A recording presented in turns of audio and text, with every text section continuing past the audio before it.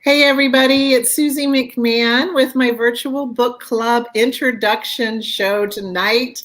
It is the end of July, and I bet wherever you are, it is hot as heck, or Hades, or whatever. So sit back, relax, and enjoy the introduction of two fantastic women tonight. We have our group expert, Melissa St. Clair, here, and our next featured author, Dana, is it Ridenour? Am I saying it right? It's actually Ridenour. Ridenour. Thank you for correcting me. I should have preluded that prior. But we're going to, Melissa's going to be talking to us about her work of a collection of poems. So welcome everybody. We're going to be live for about 20 minutes. If you missed us live, I'm hoping you're watching this on replay because we are featuring both of these lovely ladies in the month of August in our reading in the virtual book club. So with that, I'm just going to say, Dana, share with everybody who you are and a little backstory, and tell us about the behind the scenes or the backstory of the book of yours that we are going to read in August, Behind the Mask. You have the floor. Thank you. Well, I'm a retired FBI agent. I spent 21 years in the FBI. And out of that time, about 13 years, I was in the undercover program. So I spent a good amount of my career as an undercover agent infiltrating criminal organizations. So I kept a journal during the time that I was working. I had to hide it in the ceiling compartments in my undercover apartment, but I kept a journal. And then at the end of the cases, when I was at the end of my career, I was moving and I pulled out the journal and I thought, this would make a great book. And there's not enough stuff about the FBI out there that's realistic. Most of the stuff is so Hollywood that I wanted to write a real book. I wanted to write a book that really shows the impact of undercover work that it has on an agent. And I wanted to show the real FBI from an agent's standpoint. The book, of course, is fictionalized, but it is based on my first long-term deep cover undercover investigation. And I was out working with the extremist in California, of course, Behind the Mask. That's the premise for Behind the Mask. It's a brand new female FBI undercover. It's her first undercover mission, and she gets sent out to California to investigate the extremist. So, wow. And what year did you publish your book? Behind the Mask was actually published in 2016. I retired in April of 2016, and the very next day launched the book, which was, looking back in hindsight, insane. That was just sheer insanity. I should have taken 6 months off and promoted the book and did my platform a little bit, but I didn't. I was crazy enough to retire from one job and jump straight into the next. So the first book, Behind the Mask, came out in 2016, the day after I retired from the FBI. And it's a series, is that correct, Dana? That is correct. It started out as a standalone, but I kind of fell in love with writing. And I wanted to write a book that was set in the low country of South Carolina. So my second book, which is Beyond the Cabin, is set in the low country of South Carolina. When I finished that one, I was just addicted to writing and couldn't stop. So I went back, and the third book is set actually overseas. And it's based on a case that I worked with another fellow agent who turned out to be my husband down the road. So we were a male-female team, a couple playing a couple, and we turned into a real-life couple for the rest of our lives. So it did turn into a series. It all started with Behind the Mask, but Behind the Mask is Lexi Montgomery. That's the female FBI agent in the book, and she's the same agent that's in all three of the books, but it's her first case and her first mission, and she's learning about undercover kind of the hard way. It's a rookie situation, it sounds like, huh? It is, very much so. So Behind the Mask is first, and then The Cabin is the second, and then Below the Radar is the third? Yes, that's correct. So maybe we'll just have to read the second one after the first one before next March, based on where everybody's coming. Well, that would be great. That would be great. So and we'll have to figure that out. Here in March, we can all sit down and have some lunch together and talk about it. Right on. Let's do it. So thank you so much for joining us tonight. I'm going to go ahead and have Melissa introduce herself and see if there's any questions that are coming on. I'm going to switch between the two pages I have on my phone right now. And then I didn't tell the two of you this, so I'm going to go ahead and tell you. I'm going to have each of you ask each other a question. So be thinking, Dana. Okay. Melissa, my group expert and my friend from Ladies Island, now that you're up in the upstate of South Carolina, just introduce yourself and tell us a little bit about homework, our little lovely booklet here. Welcome. Sure. Thanks for having me share some airtime tonight to talk about homework. Literally, it is my homework from a course that I was taking, but before that, I'm a virtual assistant by trade, providing online office support for other small business owners. So my journey to poetry started in 2020 when everyone was kind of locked down and incidents in the world became more visible.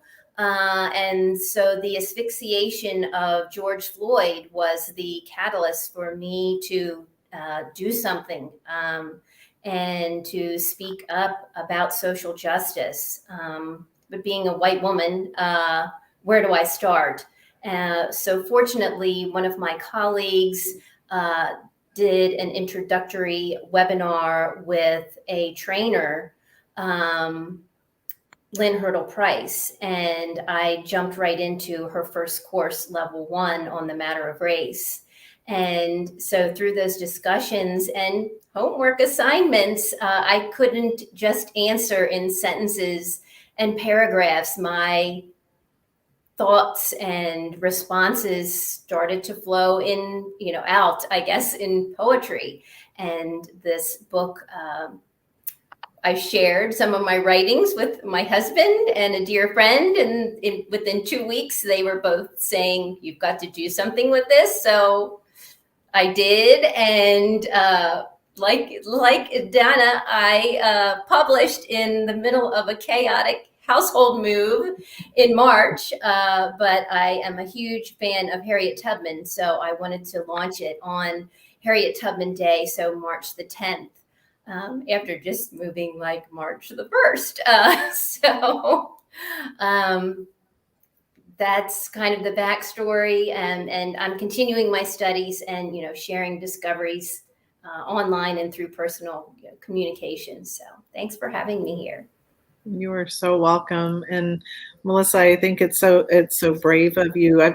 You and I have interacted on a couple of on the one audio app, the Clubhouse audio app. And I just wanted to share a little bit, because I don't know if anybody in the book club really knows, but last January, after January 6th, I was moved as well. I was like, what?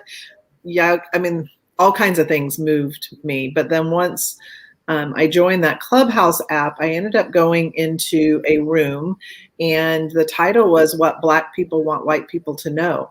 And I jumped in there and just listened. And then I had the strength somehow to raise my hand and go on the stage. And some of the questions or some of the conversation back and forth was really intimidating for me. But what came out of it is I met this one woman named Rhea Dawkins from Atlanta, and we decided to hold rooms on a weekly basis, and it was called Black and White, What Women Can Do Together. And we did that from January until, I would say, June. And I learned a lot. My whole goal in it was just to be quiet and listen. And it looks like we're going to possibly have a retreat amongst the founders this next October and see what more we can do together. So I'm excited. That was just an aside I just wanted to share. So it's amazing what current times can create in our own lives. I think it's interesting. So, Melissa, what would you ask our featured author number 1 about tonight? You have the floor. Oh my goodness! Well, I just love how your relationship developed. What did you find? I don't know. What the first spark, I guess, in that relationship coming together from, to a married couple? Well, when we first were together, it wasn't an easy transition. We were in a very stressful environment and stressful jobs, and doing the undercover work was kind of a stressful situation. So the fact that we could work in that environment without killing each other kind of said, well, we have some kind of chemistry going here, and this does seem to be working.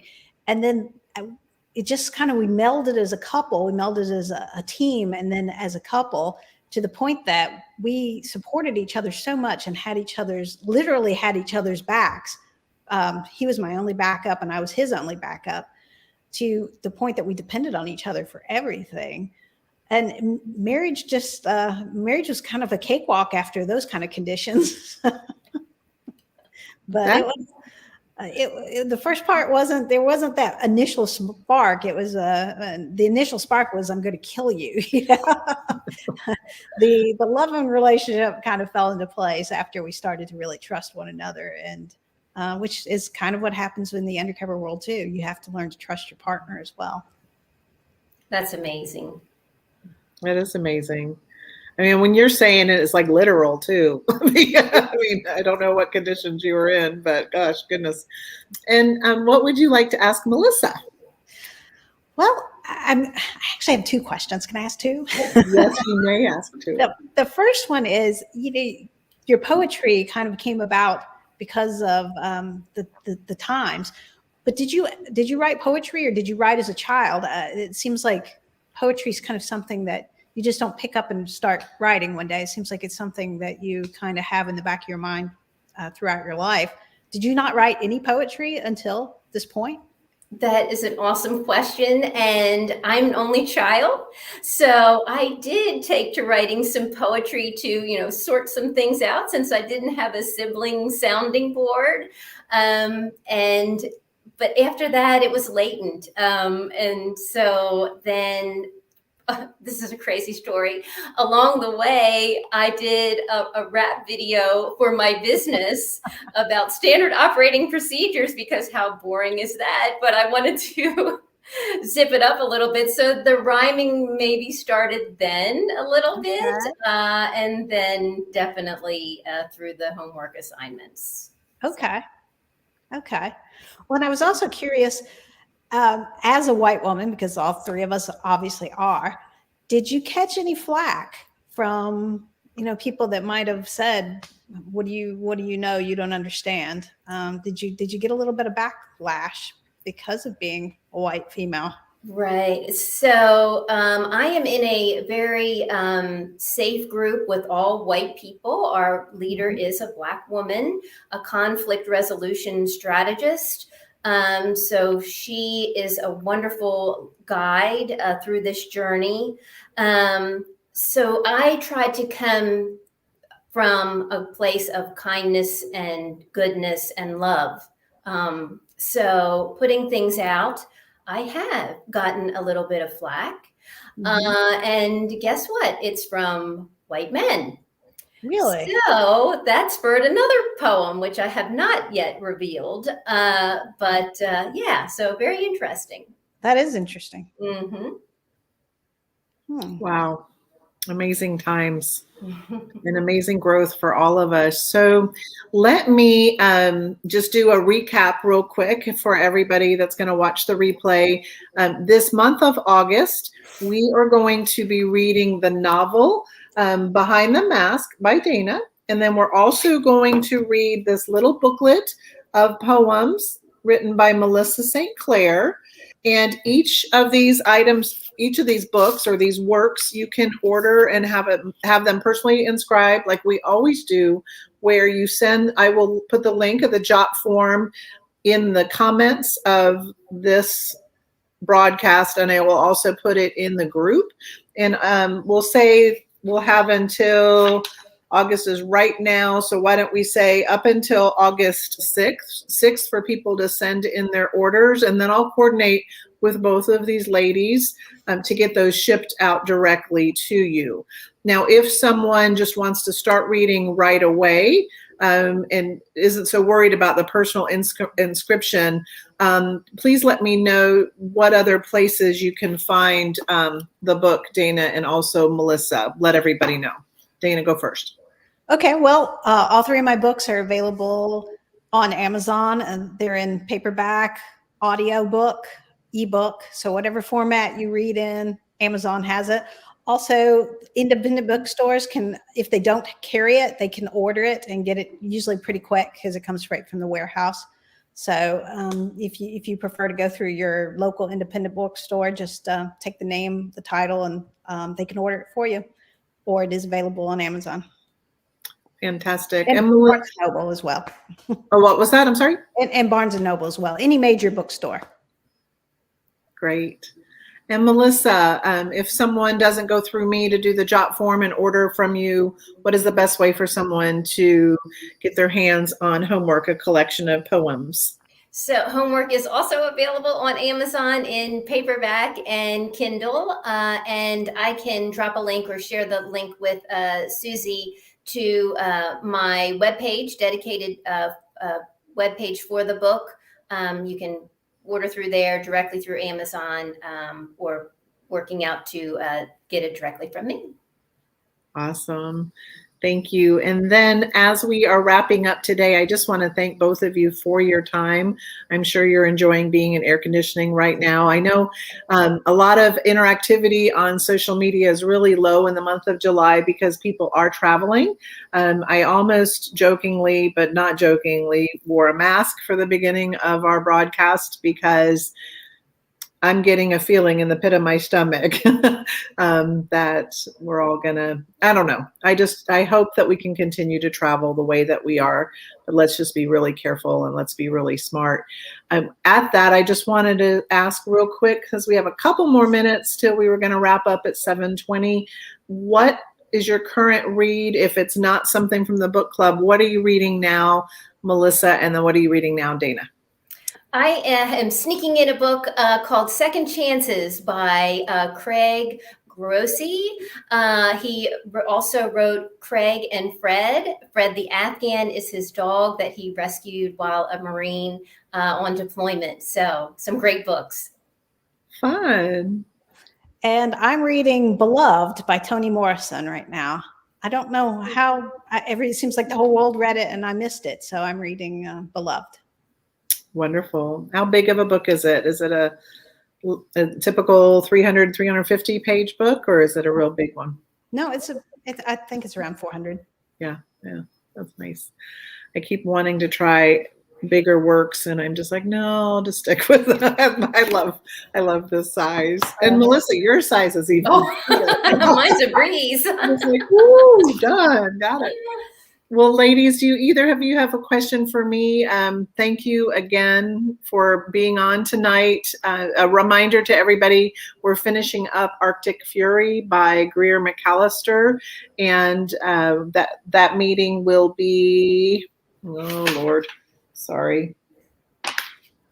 Help, if you've got it, Melissa. I don't have it written down. I'll let you guys know later, but I did want to tell everyone that our meeting, when we meet with Dana and Melissa again, is going to be September 14th, 7 p.m. Eastern time. That's a Tuesday night. And we're trying to go between Tuesdays and Thursdays, everybody. If that is not working for you for some reason, let me know. Because everybody does enjoy, after they've read a book, to do the interaction and get all the questions asked that they may have that go streaming through our feed. But I just want to thank Melissa and Dana for your time tonight. And I'll let you, any last words from you, and then we'll sign off. Well, I just appreciate you having us. Thank you so much. I'm looking forward to talking to the book club. Thank you. Thank you so much. And the August book club is the 24th at 7 p.m. Eastern. Thank you, Melissa, for keeping me organized. Everybody have a wonderful Thursday evening. Keep reading, find a cool place, and maybe, I don't know if either of you have it, a glass of wine, and enjoy your reading this evening. Take care, everybody. Talk to you soon. Bye-bye. Thanks, Melissa. Thanks, Dana. Thank Bye. you.